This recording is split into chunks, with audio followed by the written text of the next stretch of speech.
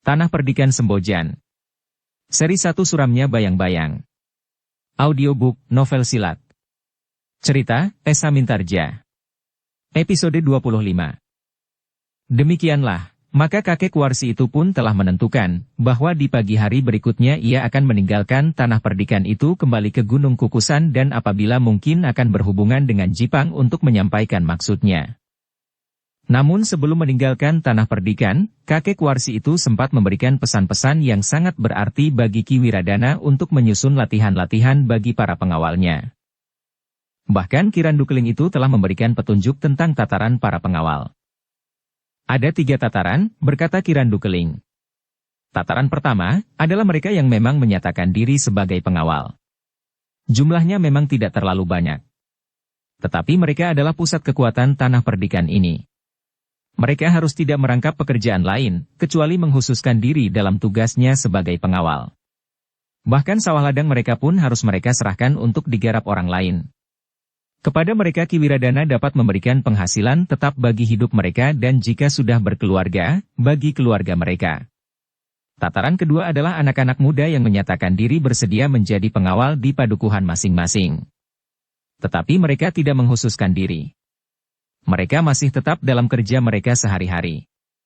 Mereka harus bekerja di sawah dan ladang bagi hidup mereka dan keluarga mereka. Namun pada saat tertentu mereka mendapat tugas-tugas pengawalan, sebagai kewajiban mereka terhadap Tanah Perdikan.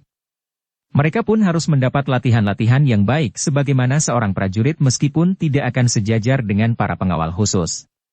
Sedangkan tataran yang ketiga adalah semua laki-laki di Tanah Perdikan ini. Semua orang akan mendapat kewajiban untuk berbuat sebagaimana para pengawal jika Tanah Perdikan ini terancam bahaya. Tegasnya jika Tanah Perdikan ini diserang dari luar. Ki Wiradana mengangguk-angguk. Katanya, "Terima kasih kakek. Aku akan mencoba menyusun tataran pengawal di Tanah Perdikan ini sebagaimana kakek katakan. Mudah-mudahan aku berhasil. Latihan-latihan harus segera kau mulai. Kau tidak perlu menunggu kedatangan para perwira. Justru dengan demikian, maka tidak akan nampak perubahan yang serta-merta dalam latihan-latihan para pengawal di Tanah Perdikan ini," berkata kakek Warsi kemudian. Pesan ini ternyata sangat berarti bagi Ki Wiradana. Bahkan telah menumbuhkan gejolak di dalam dadanya, mendorong tekadnya untuk membuat Tanah Perdikan Sembojan sebagai Tanah Perdikan yang kuat dan tidak tergoyahkan.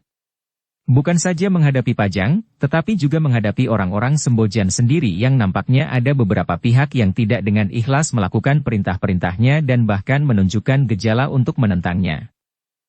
Sepeninggal kakek Warsi di saat yang telah direncanakan maka Ki Wiradana pun segera berkemas.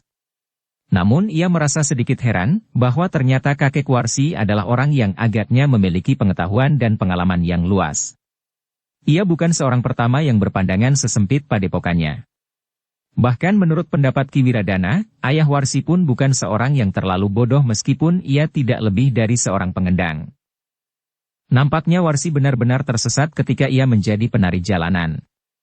Bagaimanakah pendapat kakeknya jika ia melihat bahwa Warsi berjalan beriringan dalam pakaian penari di sepanjang jalan di malam hari, kemudian menanggapi kekasaran laki-laki dalam janggrung yang dibaui oleh tuak, berkata Ki Wiradana di dalam hatinya. Tetapi Ki Wiradana tidak mengatakan kepada siapapun juga pertanyaan yang terbersit di dalam hatinya itu. Dalam pada itu, sepeninggal kakek Warsi, Wiradana dan Ki Saudagar benar-benar telah bersiap untuk menyusun pasukan pengawal Tanah Perdikan dalam tataran sebagaimana dikatakan oleh kakek Warsi. Meskipun yang ada sebenarnya di Tanah Perdikan Sembojan sudah mirip sebagaimana dikatakan oleh Ki Randukeling. Namun Wiradana harus menegaskan, yang manakah pengawal khusus dan yang manakah pengawal dalam tataran yang lebih luas. Sementara itu, Warsi yang berbicara dengan laki-laki yang disebut ayahnya telah menggeram. "Kau jangan ikut-ikutan. Hampir saja aku lupa menampar mulutmu. Kau adalah seorang pengendang. Jangan merasa dirimu memiliki ilmu untuk ikut melatih para pengawal di Tanah Perdikan ini." Laki-laki itu hanya mengangguk saja. "Nah, hati-hatilah menempatkan dirimu sebagaimana aku harus sangat berhati-hati menempatkan diriku," berkata Warsi kemudian. "Berpura-pura untuk waktu yang sangat lama kadang-kadang terlupa juga," gumam laki-laki itu. "Jika kau merusakkan permainan ini, aku bunuh kau," geram Warsi. Laki-laki itu tidak menjawab. Tidak ada gunanya berbantah dengan Warsi. Bahkan mungkin Warsi benar-benar akan menampar mulutku. Demikianlah, Ki Wiradana telah bekerja keras untuk memperbaiki susunan tataran pengawalnya. Ia memang tidak terlalu banyak harus membuat perubahan-perubahan. Para pengawal yang ditunjuk untuk menjadi alas kekuatannya itulah yang kemudian dianggapnya sebagai pengawal khusus. Mereka sejak sebelumnya memang sudah menerima hadiah dan pemberian dari Ki Wiradana lebih banyak dari para pengawal yang lain dengan harapan bahwa mereka akan patuh dan selalu melakukan perintahnya. Jika mungkin, mereka sebaiknya ditempatkan di barak-barak tertentu. Meskipun tidak semua dari para pengawal khusus itu. Tetapi inti dari pasukan khusus yang mampu bergerak setiap saat dengan cepat. Katakanlah, mereka adalah pasukan pengawal berkuda dari tanah perdikan ini. Ki Wiradana mengangguk-angguk. Namun dengan demikian, ia akan memerlukan anggaran yang banyak untuk kepentingan para pengawalnya. Pajak di tanah perdikan ini terlalu rendah, berkata Ki Saudagar itu kepada Ki Wiradana. Maksudku bagi mereka yang berkecukupan, pajak dapat dinaikkan serba sedikit. Ki Wiradana jangan menyebut bahwa mereka dikenakan pajak lebih banyak, tetapi mereka harus membayar iuran bagi peningkatan kesejahteraan tanah perdikan ini, termasuk segi keamanannya. Ki Wiradana dapat sedikit memberikan gambaran apa yang terjadi di Demak, sehingga dalam keadaan yang tidak menentu ini, mungkin terjadi kekisruhan. Ki Saudagar itu berhenti sejenak. Selanjutnya, orang-orang jahat akan dapat memanfaatkan keadaan ini untuk kepentingan diri mereka sendiri. Apalagi jika perhatian para adipati tertuju kepada pengisian tahta yang kosong itu. Tetapi lebih parah lagi jika terjadi benturan pendapat dan bahkan mungkin peperangan. Tetapi sekali lagi aku peringatkan pesan Ki Randu Keling, bahwa Ki Wiradana untuk berpihak kepada Jipang adalah merupakan satu keputusan yang masih sangat rahasia. Hanya orang-orang di dalam rumah Ki Wiradana sajalah yang boleh mengetahui. Pengawal yang paling dipercaya pun sebaiknya belum mendengar tentang keputusan ini. Ya Ki Saudagar. Aku memang belum mengatakan kepada siapapun juga, jawab Ki Wiradana. Bagus, jawab Saudagar itu. Sementara itu Ki Wiradana dapat mengatur para pengawal sebaik-baiknya. Aku akan membantu memberikan latihan-latihan bersama seorang kawanku itu. Terima kasih. Kita memang harus segera mulai, berkata Ki Wiradana. Semakin cepat semakin baik. Aku yakin bahwa Ki Randu Keling akan bergerak dengan cepat. Kita harus sudah siap dengan susunan tataran para pengawal sebelum beberapa orang perwira dari Jipang itu datang. Ki Wiradana mengangguk-angguk.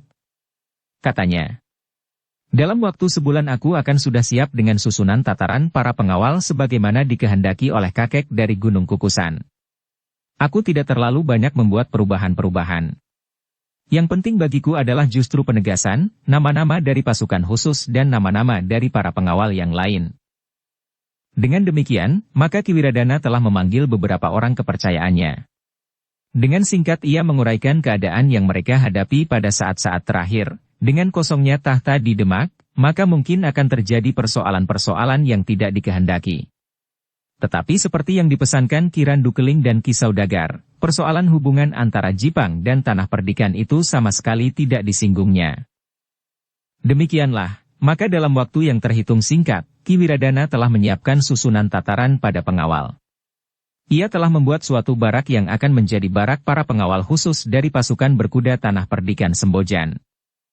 Dalam waktu yang singkat pula, setiap padukuhan harus sudah mengirim nama-nama para pengawalnya. Ki Saudagar ternyata mengagumi gerak Ki Wiradana yang cepat itu. Sebagaimana dikatakannya, dalam waktu 1 bulan hanya lebih beberapa hari, semuanya telah tersusun rapi.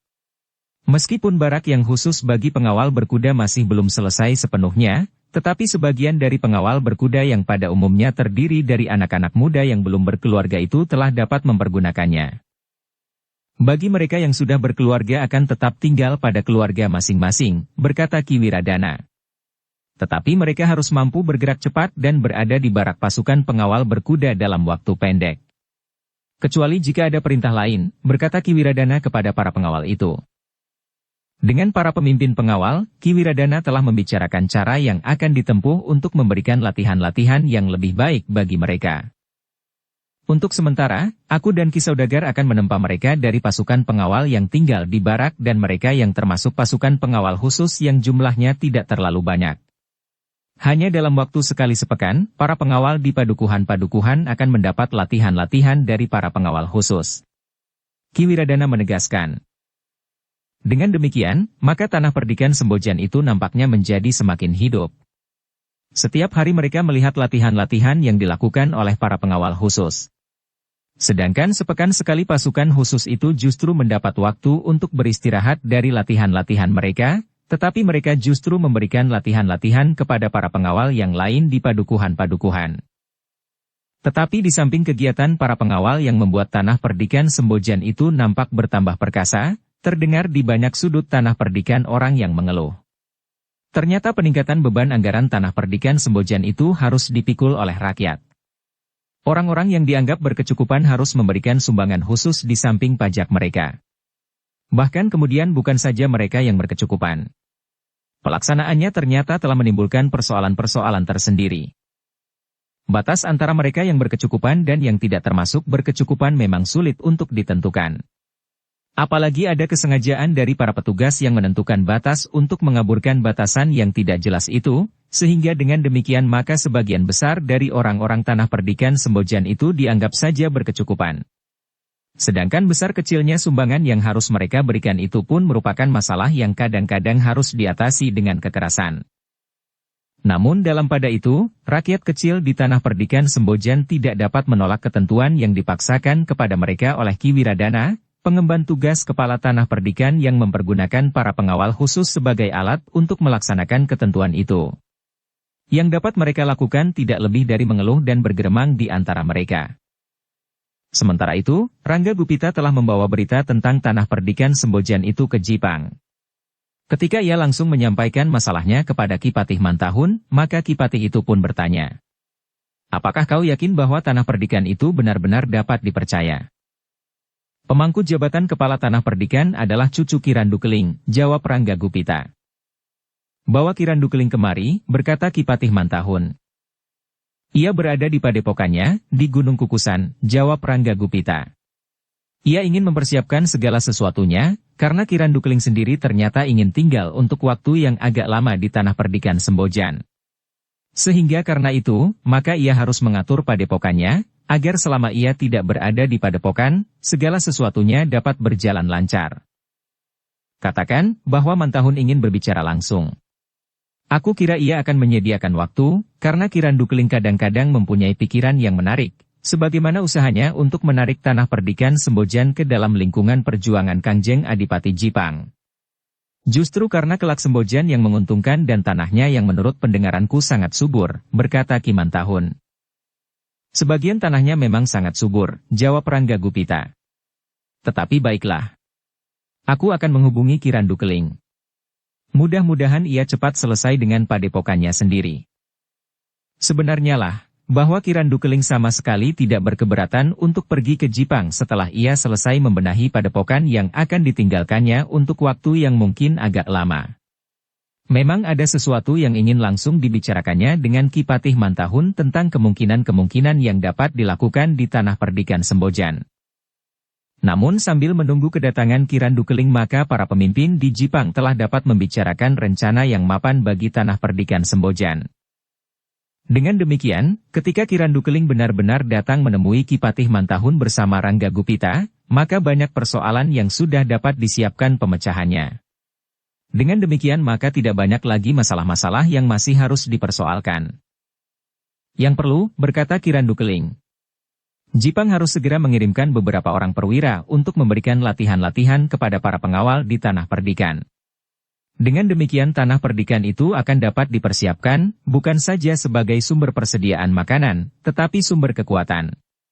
Ki Patih mungkin tidak dapat memperkirakan berapa lama Kangjeng Adipati Arya Penangsang memerlukan waktu untuk menyelesaikan perjuangannya. Kau benar Ki Randu Keling, jawab Ki Patih Mantahun. Kita harus bersiap-siap untuk perjuangan yang lama. Bukankah sampai saat ini masih belum jelas, apa yang akan terjadi, bertanya Ki Randu Keling. Para pemimpin di Demak, orang-orang tua yang berpengaruh dan para adipati sedang berbicara tentang kemungkinan-kemungkinan yang paling baik bagi masa depan tanah perdikan ini. Tetapi pembicaraan itu tidak akan berkeputusan. Kanjeng Adipati di Jipang harus berpegangan kepada jalur kekuasaan yang sebenarnya di Demak, karena terbunuhnya ayahanda Adipati di Jipang telah menggeser jalur kedudukan Sultan di Demak, dari keturunan Sekar Sedalepen kepada keturunan Trenggana, berkata Patih Mantahun. Tetapi apakah Adipati Jipang mendapat cukup dukungan, bertanya Kirandu Keling. Memang mungkin dukungan itu masih harus diperjuangkan. Tetapi itu merupakan bagian dari perjuangan Adipati Jipang dalam keseluruhan, jawab Patih Mantahun. Namun kemudian, tetapi alat perjuangan terakhir adalah siap di Jipang. Kami, para pemimpin di Jipang sudah bertekad, bahwa alat perjuangan terakhir, yaitu kekuatan senjata, telah cukup memadai untuk melawan semua kekuatan yang mungkin akan bergabung, termasuk Pajang. Apalagi para pengawal di tanah perdikan Sembojan itu dapat dibina sebagaimana prajurit. Sejak sebelumnya mereka sudah mendapat latihan-latihan yang tentu masih belum memadai. Tetapi setidaknya dapat merupakan pemanasan dari usaha berikutnya, menempa mereka menjadi prajurit-prajurit sebagaimana prajurit Jipang. Ki Patih mengangguk-angguk. Katanya, aku akan mengirim beberapa orang perwira segera. Sesudah aku berangkat ke tanah perdikan, berkata Kirandu Keling. Kapan kau berangkat? Bertanya Ki Patih. Besok aku akan kembali ke Padepokan. Hanya untuk 1 malam. Kemudian aku akan langsung menuju ke tanah perdikan. Bersama Rangga Gupita, jawab Kirandu Keling. Jika demikian, aku akan mengirimkan beberapa orang perwira 3 hari mendatang. Mereka akan langsung pergi ke tanah perdikan Sembojan, berkata Ki Patih. Perintahkan mereka menemui aku di tanah perdikan di rumah pemangku jabatan kepala tanah perdikannya, pesan Kirandu Keling. Tetapi ingat, jangan menarik perhatian orang-orang kebanyakan. Dalam kelompok-kelompok kecil, yang sebanyak-banyaknya terdiri dari 3 orang. Baik.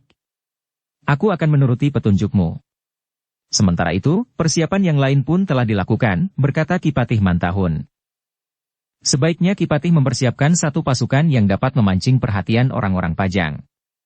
Jika kekerasan itu tidak dapat dihindari, maka biarlah sepasukan Jipang berada di sebelah barat Pajang untuk menarik perhatian mereka. Sementara itu, Sembojan dapat mempersiapkan diri sebaik-baiknya untuk menyerang Pajang dari arah selatan, berkata Kirandu Keling. Kami akan sangat memperhatikan. Tetapi jika saatnya datang, aku akan menghubungi lagi Kirandu Keling sambil mengetahui sampai di mana persiapan yang dilakukan oleh Sembojan, berkata Ki Patih. Demikianlah. Maka Kirandu Keling telah meninggalkan Jipang. Ia tidak merasa perlu berhubungan langsung dengan Arya Jipang, karena baginya Arya Jipang dan Ki Patih Mantahun tidak banyak bedanya. Meskipun Patih Mantahun telah cukup tua dilihat dari banyaknya umur, tetapi ia masih tetap seorang patih yang pikirannya sangat diperlukan oleh Arya Jipang. Bahkan dalam umurnya yang semakin tua, bukan saja pikirannya yang masih jernih, tetapi kemampuan ilmunya jarang ada duanya. Dukung channel Novel Silat dengan subscribe, follow, like, komen dan share. Sepeninggal Kirandu Keling, Ki Patih Mantahun telah mempersiapkan beberapa orang perwira yang akan dikirim ke tanah perdikan Sembojan. Menurut perhitungannya maka agaknya 20 orang perwira yang berbobot akan dapat membentuk 1 pasukan yang kuat dalam waktu yang singkat di tanah perdikan. Dengan demikian, maka tanah perdikan yang semula menjadi daerah kuasa Pajang itu justru akan dapat membayangi Pajang sendiri. Sementara pasukan Jipang yang sebenarnya akan berada di sebelah barat Pajang. Memang hanya Pajang yang perlu mendapat perhatian yang sungguh-sungguh, berkata Mantahun di dalam hatinya.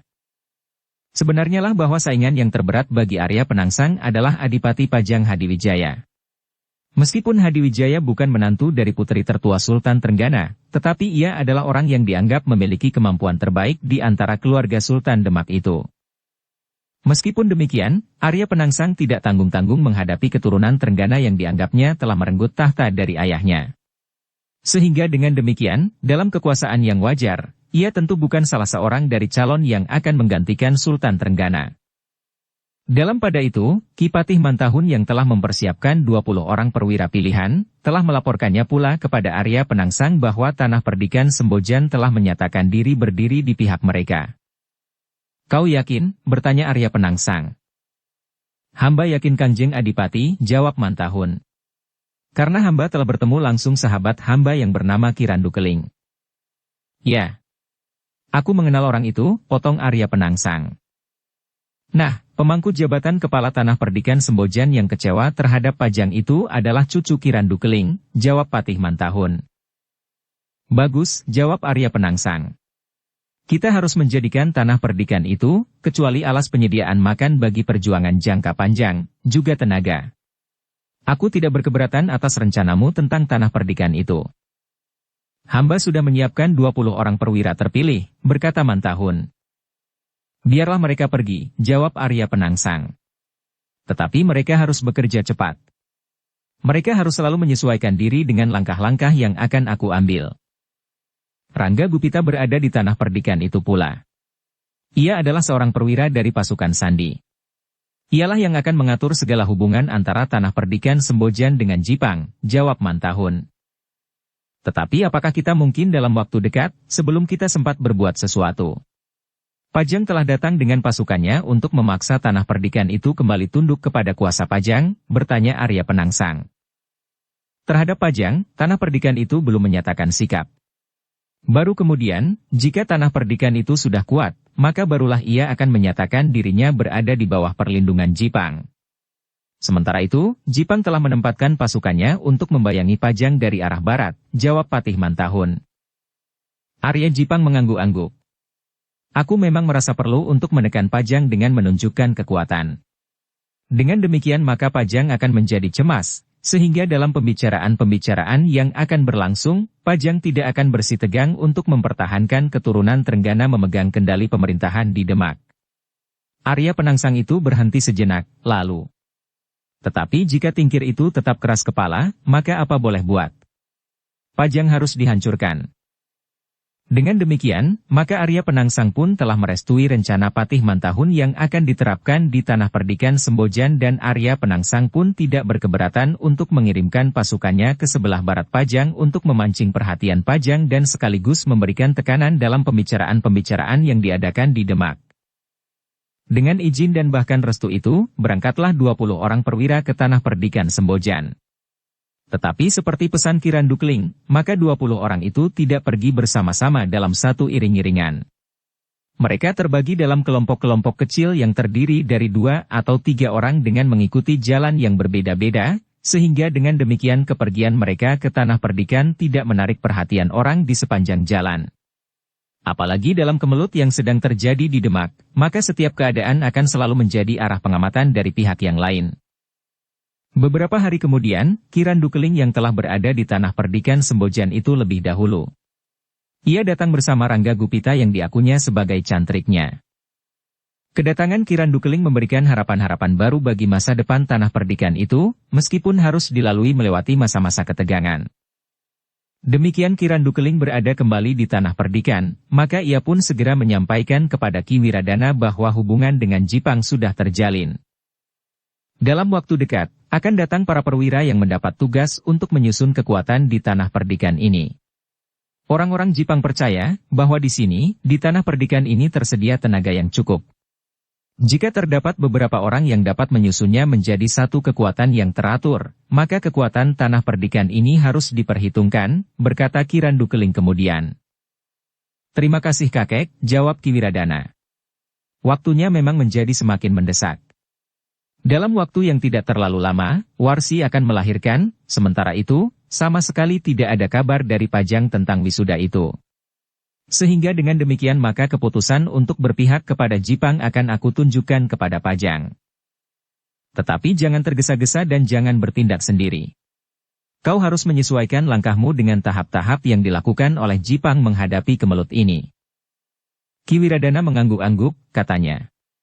Aku mengerti kakek. Nah, sejak sekarang kau dapat mempersiapkan orang-orangmu. 20 orang akan datang. Tidak hanya 1 atau 2 orang, kau sadari jumlah itu? 20 orang. Satu kekuatan yang cukup besar bagi tanah perdikan ini. Dan mereka akan membantumu menyusun pasukan pengawal di tanah perdikan ini, berkata Kirandu Keling. Bukankah dengan demikian tanah perdikan ini akan menjadi tanah perdikan yang kuat? Ki Wiradana menjadi berdebar-debar.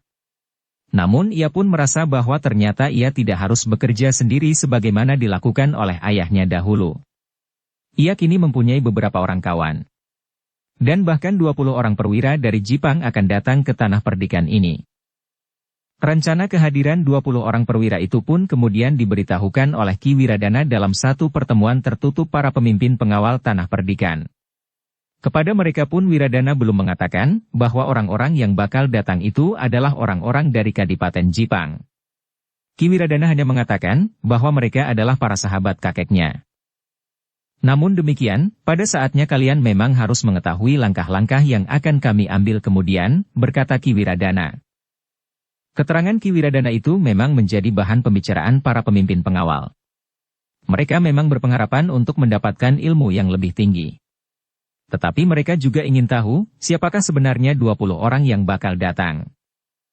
Jika orang-orang itu sudah pasti berada di tanah perdikan ini, maka barulah aku akan memberitahukan persoalan yang sebenarnya kepada kalian, berkata Ki Wiradana kepada para pemimpin pengawal yang agaknya selalu dibayangi oleh berbagai macam pertanyaan itu.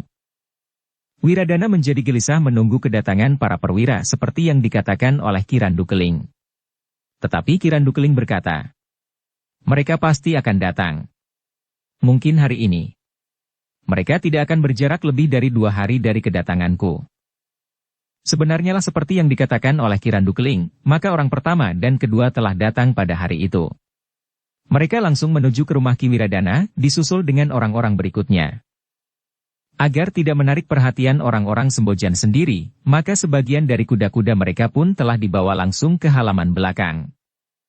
Ternyata 20 orang itu datang berurutan dalam jarak waktu yang tidak terlalu dekat.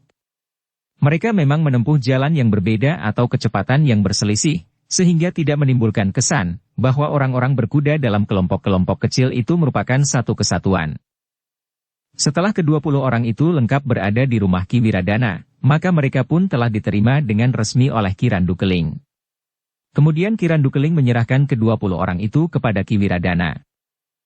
Ki Wiradana dapat memanfaatkan ke-20 orang perwira ini untuk membentuk satu pasukan yang kuat di tanah perdikan ini, berkata Ki Randukeling. Lalu, segala sesuatunya terserah kepada Ki Wiradana.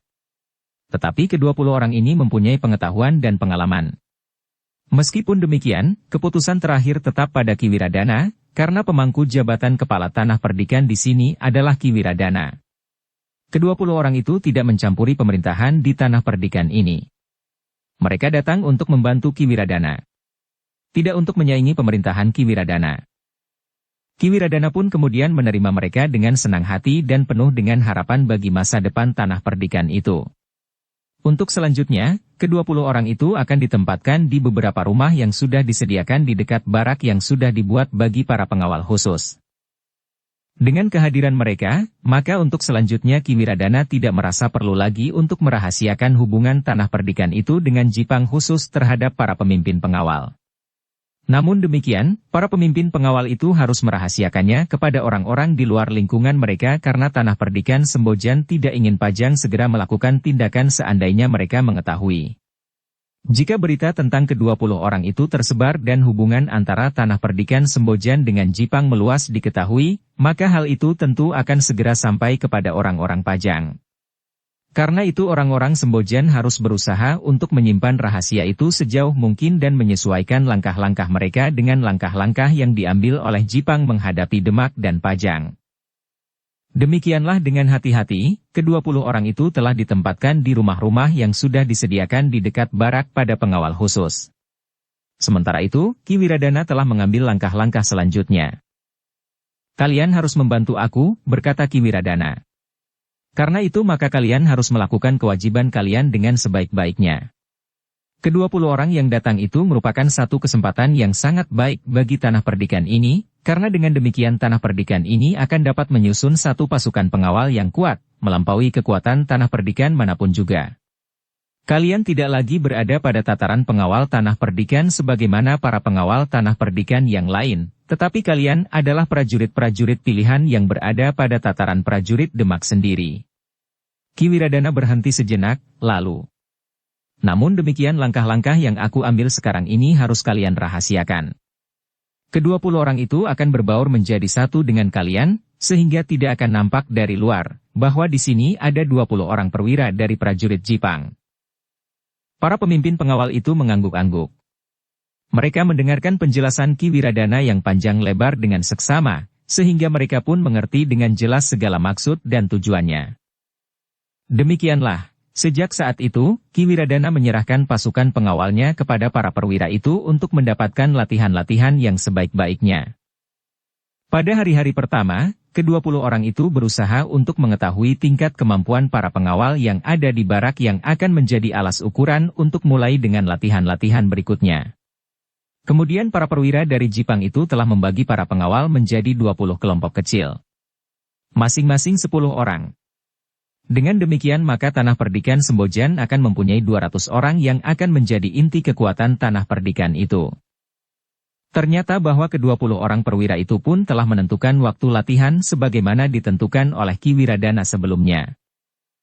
Kami akan memberikan 1 hari dalam sepekan kepada kalian untuk melatih kawan-kawan kalian di padukuhan-padukuhan, sehingga dengan demikian maka para pengawal di padukuhan-padukuhan itu pun pada saatnya akan dapat membantu kalian dengan sebaik-baiknya, berkata para perwira itu kepada kelompoknya. Dengan demikian, maka mulailah Tanah Perdikan Sembojan dengan satu masa yang sangat sibuk. Para pengawal benar-benar harus menjalani latihan-latihan yang sangat berat, sebagaimana latihan-latihan yang dilakukan oleh prajurit. Apalagi para perwira itu menghadapi satu jumlah yang terhitung kecil bagi latihan-latihan keprajuritan. Namun demikian ternyata rahasia bagi kedatangan 20 orang Jipang itu tetap merupakan rahasia yang hanya diketahui oleh para pemimpin pengawal dan 200 pengawal khusus yang mendapat latihan yang sangat berat itu. Mereka dengan rapat menyimpan rahasia itu sehingga para pengawal di padukuhan pun tidak mengetahui bahwa dalam latihan-latihan pasukan pengawal khusus itu terdapat orang-orang Jipang. Sementara itu, latihan-latihan bagi para pengawal khusus itu memang sangat berat. Setiap pagi mereka menempa kemampuan jasmaniah mereka dengan berlari-lari menempuh jarak yang semakin lama semakin panjang.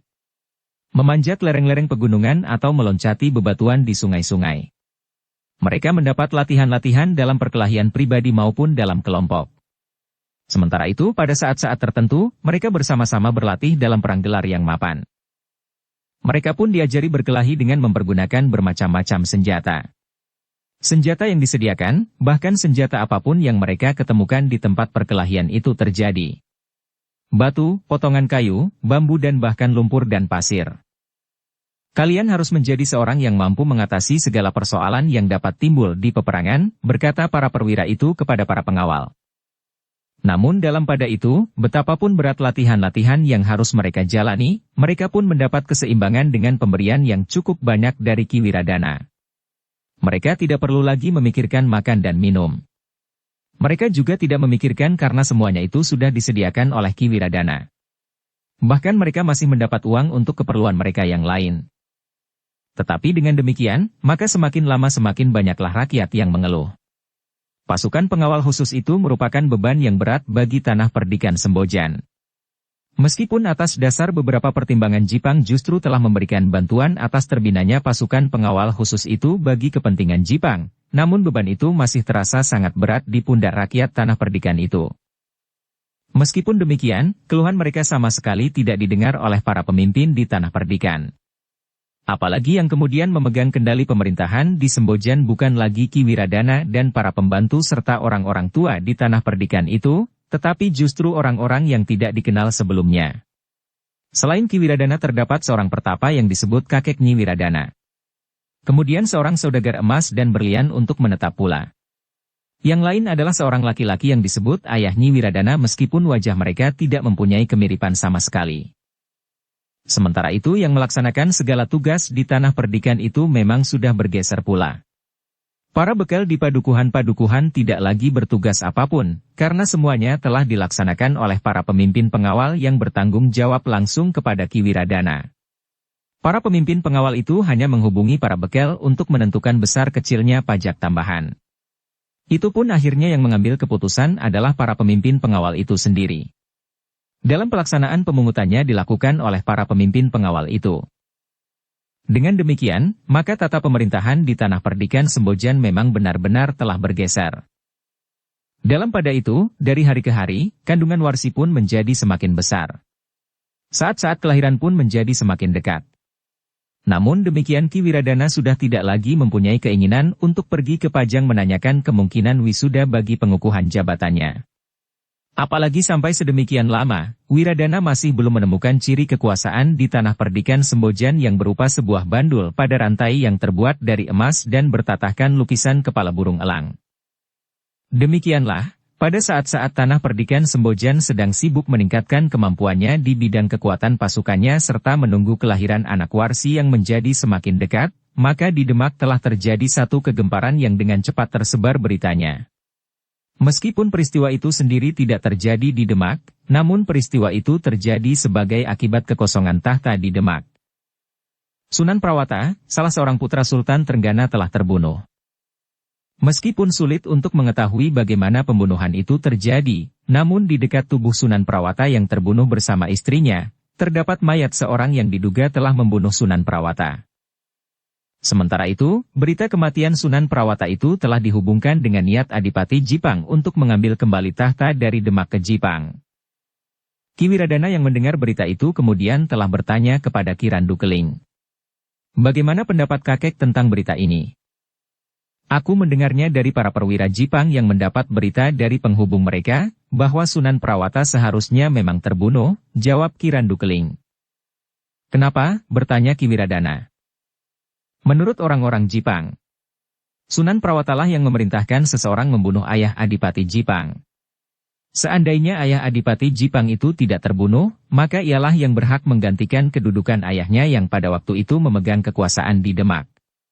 Tetapi karena ayah Adipati Jipang itu terbunuh, maka tahta telah diwariskan kepada adiknya, Sultan Trenggana, berkata Ki Randu Keling. Tetapi apakah benar bahwa ayah Arya Penangsang dibunuh atas perintah Sunan Prawata? Bertanya Ki Wiradana.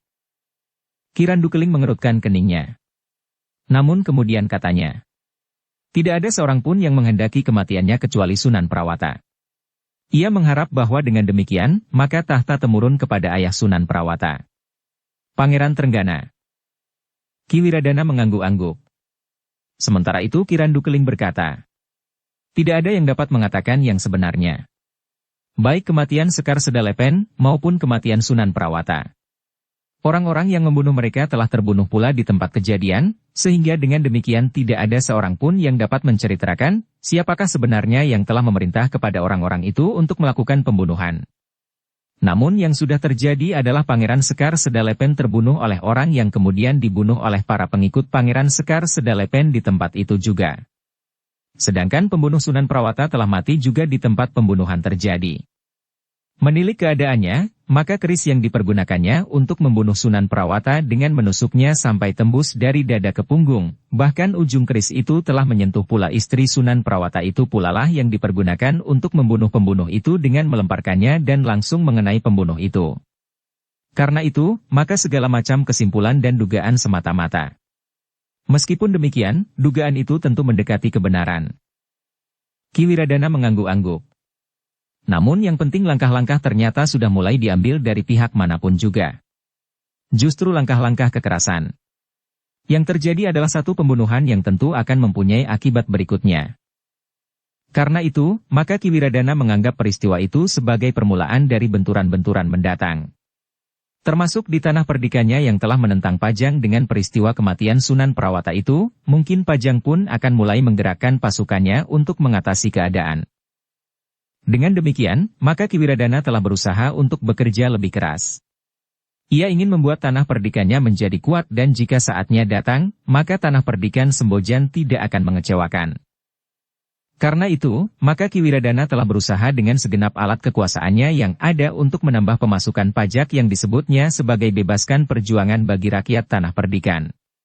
Dengan hasil pajak itu, Ki Wiradana telah membuat peralatan perang yang lebih baik dari yang telah ada. Ki Wiradana telah memerintahkan untuk membuat senjata, perisai dan alat-alat lain yang mungkin dipergunakan dalam peperangan. Namun dengan demikian, maka rakyat tanah perdikan itulah yang merasa diri mereka menjadi semakin kering diperah oleh pemangku jabatan kepala tanah perdikan itu. Tetapi mereka sama sekali tidak berani mengelak. Apalagi setelah mereka melihat, bahwa pengawal tanah perdikan Sembojan menjadi semakin kuat dan semakin garang meskipun terhadap tetangga-tetangga mereka sendiri. Tetapi ternyata tidak semua orang dalam lingkungan pasukan pengawal khusus serta para pemimpin pengawal menjadi seperti orang yang kehilangan kiblat. Ternyata masih ada 2 orang di antara mereka yang tetap menyadari apa yang telah terjadi di tanah perdikan mereka. Tetapi karena mereka tidak mempunyai kesempatan serta kekuatan untuk menentang, maka untuk sementara mereka merasa lebih baik mengikuti arus. Bahkan mereka telah berusaha untuk dapat ikut serta terpilih menjadi pengawal khusus yang tinggal di barak dan mendapatkan latihan-latihan yang sangat berat, namun yang kemudian telah membuat mereka benar-benar setataran dengan prajurit Demak. Sebenarnya lah bahwa 200 orang pengawal tanah perdikan Sembojan telah menjadi pengawal pilihan. Kemampuan mereka tidak kalah dengan prajurit Demak yang terpilih sekalipun. Namun demikian setiap dari mereka masih harus berlatih dengan keras untuk memelihara keadaan tubuh mereka dan meningkatkan kemampuan mereka. Baik secara pribadi maupun dalam kelompok-kelompok dan perang gelar yang lengkap. Tetapi sebenarnya lah bahwa perkembangan tanah perdikan Sembojan bukannya tidak diamati oleh orang-orang di luar tanah perdikan itu. Tetapi bukan oleh Pajang, karena Pajang benar-benar sedang sibuk dengan persoalan Demak. Apalagi ketika berita tentang kematian Sunan Prawata telah sampai ke Pajang.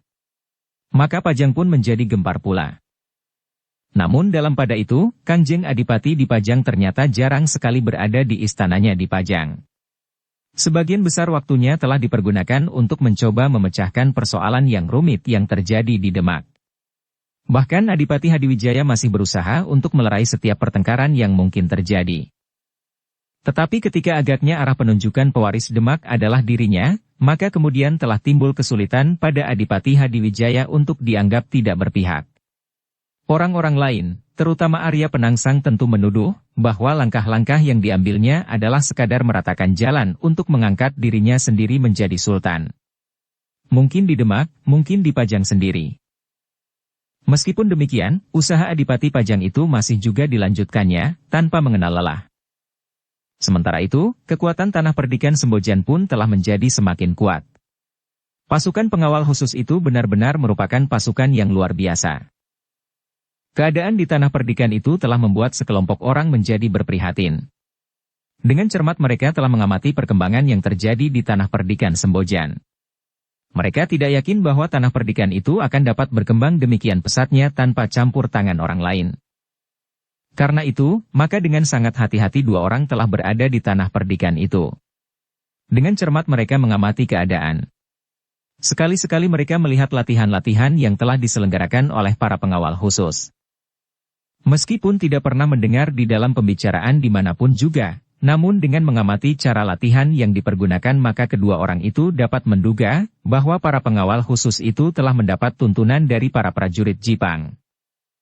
Latihan-latihan itu menunjukkan ciri yang sama dengan para prajurit di Jipang, berkata salah seorang di antara mereka. Yang lain menarik nafas dalam-dalam. Tetapi mereka tidak dapat mengamati latihan-latihan itu terlalu lama, agar tidak ada seorang yang kemudian menjadi curiga. Ketika keduanya meninggalkan tempat-tempat latihan maka yang seorang telah berkata, "Ya, kita dapat memastikan. Jipang telah ikut campur di dalam persoalan ini." "Bukankah tanah perdikan ini sebenarnya termasuk wilayah Pajang?" bertanya kawannya. Yang lain mengangguk-angguk. Katanya, "Ya, tanah perdikan ini memang wilayah Pajang.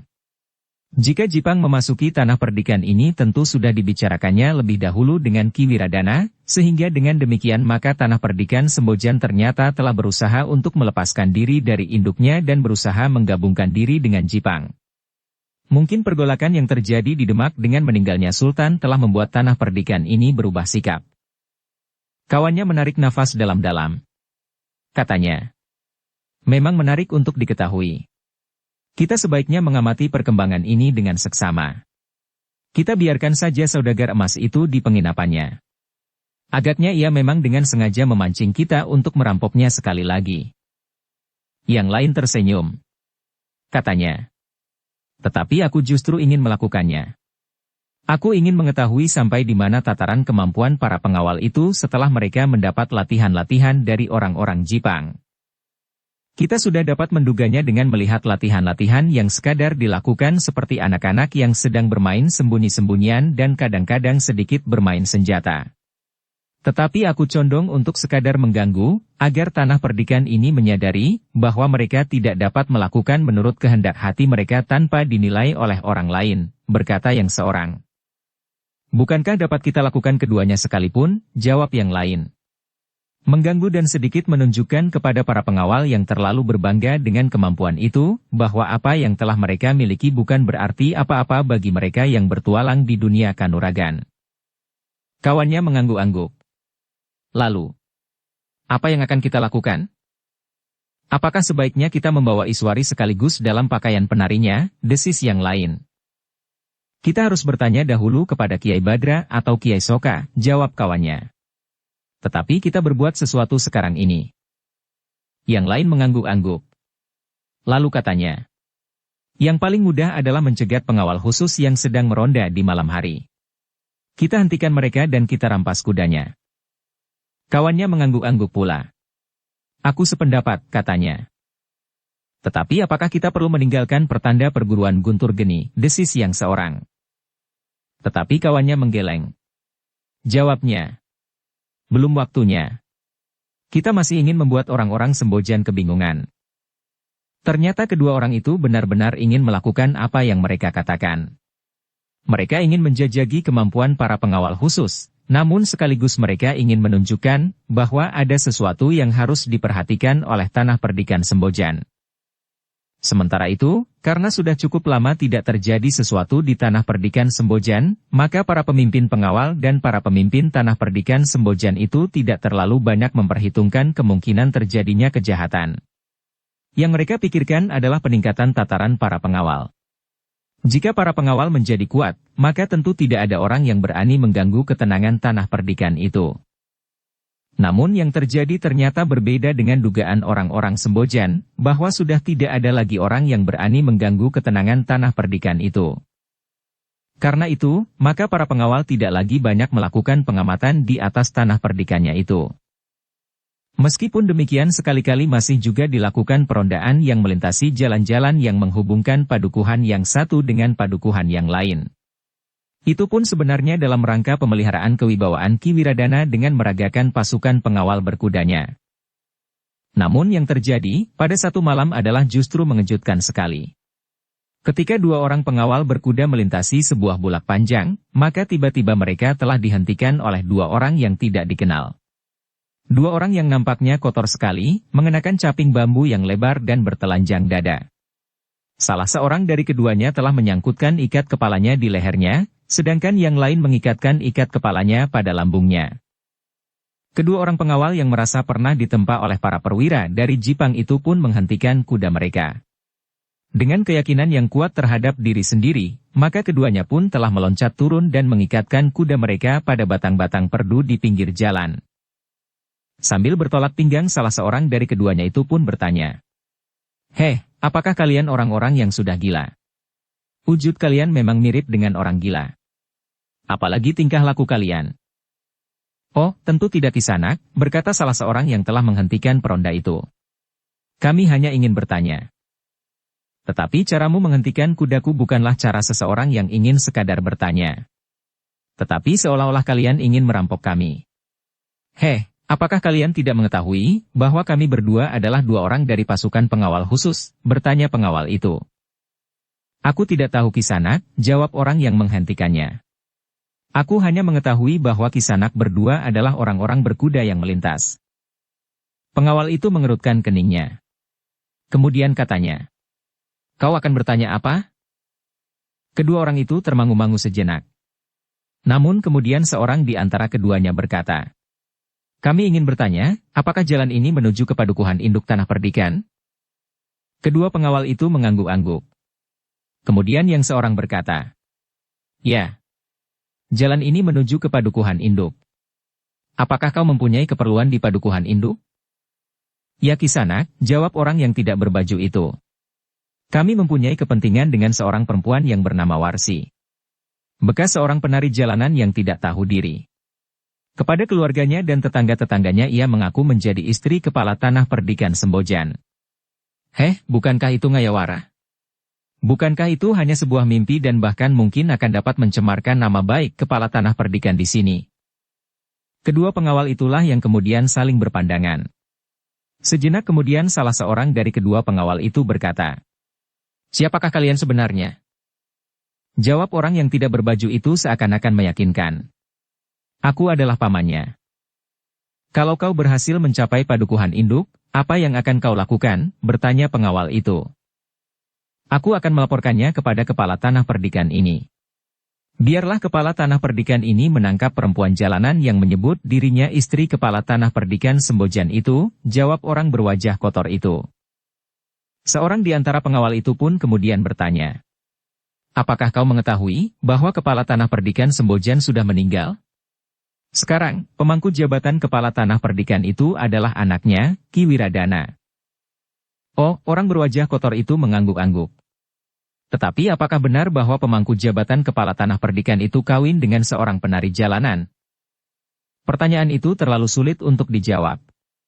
Karena itu maka salah seorang pengawal itu berkata, "Bukankah penari itu kemenakanmu?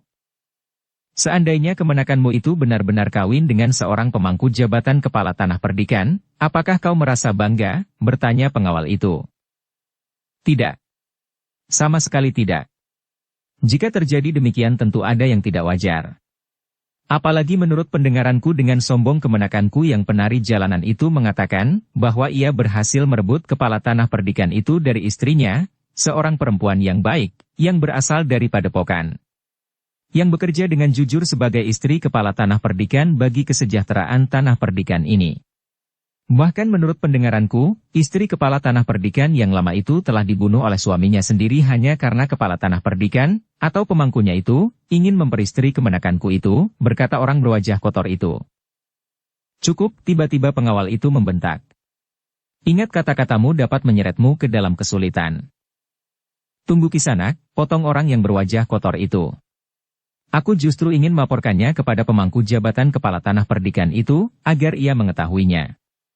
Dengan demikian maka ia akan dapat bertindak lebih baik menghadapi berita-berita yang dapat mencemarkan namanya." Kedua pengawal itu termangu-mangu. Namun kemudian seorang di antara mereka berkata, "Baiklah. Mari ikut kami. Kami akan mempertemukan kau dengan pemangku kepala tanah perdikan ini." Kedua orang yang berwajah kotor itulah yang kemudian menjadi termangu-mangu. Mereka tidak menyangka bahwa para pengawal itu akan menawarkan niatnya yang demikian. Namun sudah barang tentu keduanya tidak bermaksud menghadap Ki Wiradana. Karena itu maka seorang di antara mereka berkata, "Kami hanya ingin tahu, apakah jalan ini menuju ke padukuhan induk?" "Ya. Jalan ini memang menuju ke padukuhan induk. Karena itu, marilah, kita berjalan bersama-sama. Aku akan menuntun kudaku dan bersama-sama pula menghadap Ki Wiradana, pemangku jabatan kepala tanah perdikan ini," jawab salah seorang pengawal itu. "Terima kasih," jawab salah seorang dari kedua orang yang berwajah kotor itu. "Kami akan pergi sendiri. Kami akan menghadap jika matahari telah terbit. Bukankah menghadap pada saat sekarang ini sudah tidak waktunya lagi? Tetapi kau dapat menunggu dan jika kau tidak pergi ke padukuhan induk sekarang, di mana kau akan bermalam?" bertanya salah seorang dari kedua pengawal itu. "Kami dapat bermalam di mana saja. Mungkin di banjar padukuhan terdekat. Tetapi mungkin di tempat lain," jawab orang yang menyangkutkan ikat kepala di lehernya. "Tidak Kisanak," berkata pengawal itu. "Justru karena tingkah laku kalian yang aneh, maka sebaiknya kalian pergi ke padukuhan induk bersama kami." "Kami berkeberatan Kisanak," jawab orang yang mengikatkan ikat kepala di lambungnya. "Keberatan atau tidak keberatan," jawab pengawal yang seorang. Tegasnya, "Kami akan menangkap kalian karena sangat mencurigakan." Tetapi kedua orang berwajah kotor itu menggeleng. Yang seorang berkata, "Jangan memaksa Kisanak. Apalagi berusaha menangkap kami. Kami datang dengan maksud baik. Seharusnya kalian justru membantu kami." Orang itu berhenti sejenak, lalu tiba-tiba saja ia berkata, "Kisanak, bukankah kalian tidak berkeberatan, bahwa untuk kepentingan kami selama berada di tanah perdikan ini, kalian meminjamkan kuda-kuda kalian? Nah, dengan demikian kalian telah membantu kami untuk membersihkan nama baik kepala tanah perdikan kalian." Kedua pengawal itu menjadi tegang. Dengan demikian maka mereka pun pasti bahwa kedua orang itu memang dengan sengaja ingin membuat persoalan. Karena itu, maka kedua pengawal itu telah bersiap untuk menghadapinya sesuai dengan keadaan. Apalagi keduanya merasa bahwa mereka adalah pengawal khusus yang telah ditempa baik secara berkelompok maupun secara pribadi oleh para perwira dari Jipang. Salah seorang dari kedua pengawal itu pun berkata, "Kami memang sudah menduga bahwa kalian memang ingin merampok kuda-kuda kami yang besar dan tegar. Tetapi kalian ternyata telah salah langkah. Kami adalah pengawal khusus tanah perdikan ini. Kami adalah orang-orang kepercayaan kepala tanah perdikan ini untuk menghadapi setiap usaha kejahatan." "Kami bukan penjahat," jawab salah seorang di antara kedua orang berwajah kotor itu. "Kau dapat saja menyebut dirimu bukan penjahat, bahkan seorang penolong atau seorang apapun juga menurut keinginan lidahmu. Aku tidak akan berkeberatan. Tetapi bahwa kau ingin memiliki kuda kami itu adalah satu unsur kejahatan meskipun kau dapat menyebut dalih apapun juga. Nah, sekarang kalian tidak usah banyak bicara. Menyerahlah. Sebab jika kami sudah mulai bertindak, akibatnya mungkin akan lain daripada jika kalian sekadar menyerah sebelum melakukan perlawanan," berkata salah seorang dari kedua pengawal itu. Tetapi seorang dari kedua orang berwajah kotor itu justru tertawa. Katanya, "Kenapa kami harus menyerah untuk ditangkap, sementara kami merasa diri kami justru berjasa?" Kedua orang pengawal itu benar-benar telah kehilangan kesabaran. Yang seorang telah memberikan isyarat kepada yang lain, sehingga keduanya pun kemudian telah melangkah merenggang untuk mengambil jarak yang satu dengan yang lain. Keduanya telah bersiap menghadapi kedua orang yang berwajah kotor itu. Ternyata kedua orang berwajah kotor itu pun telah bersiap pula. Tanpa melepaskan caping mereka yang lebar, mereka pun telah mengambil jarak pula, sehingga dengan demikian maka mereka telah berhadapan seorang dengan seorang. Kedua pengawal itu berusaha untuk mengenali wajah kedua orang yang dengan sengaja telah mengganggu mereka. Tetapi selain wajah itu kotor, wajah itu seolah-olah telah terlindung oleh bayangan caping mereka yang lebar yang menutupi kepala mereka. Sehingga dengan demikian, kedua pengawal itu sama sekali tidak melihat garis-garis wajah lawan-lawannya. Apalagi dalam keremangan malam. Dengan demikian, maka memang tidak ada pilihan lain dari para pengawal itu selain memaksa keduanya menyerah dengan kekerasan. Sejenak kemudian, maka orang-orang yang sudah siap itu mulai bergerak. Lambat, tetapi masing-masing berusaha untuk mengetahui kemungkinan yang mereka hadapi dalam olah kanuragan. Selangkah demi selangkah, maka mereka pun mulai memancing perkelahian. Serangan-serangan yang pertama bukannya serangan yang sebenarnya. Namun ketika tangan dan kaki mereka telah mulai bersentuhan, maka mulailah mereka berloncatan. Serangan-serangan pun menjadi semakin mantap dan kuat. Sementara gerak mereka pun menjadi semakin cepat. Orang yang mengikatkan ikat kepalanya di lambung telah berkelahi dengan pengawal yang bertubuh tinggi. Meskipun badannya tidak terlalu besar, tetapi agaknya anak muda itu memiliki kemampuan gerak yang sangat cepat. Tangan dan kakinya termasuk panjang sebagaimana tubuhnya yang tinggi. Dengan kemampuan yang disadapnya dari para perwira Jipang, maka anak muda yang bertubuh tinggi itu telah menyerang lawannya dengan kekuatan yang semakin meningkat dan kecepatan yang semakin tinggi. Bersambung ke episode 26. Dukung kami dengan subscribe, follow, like, komen dan share.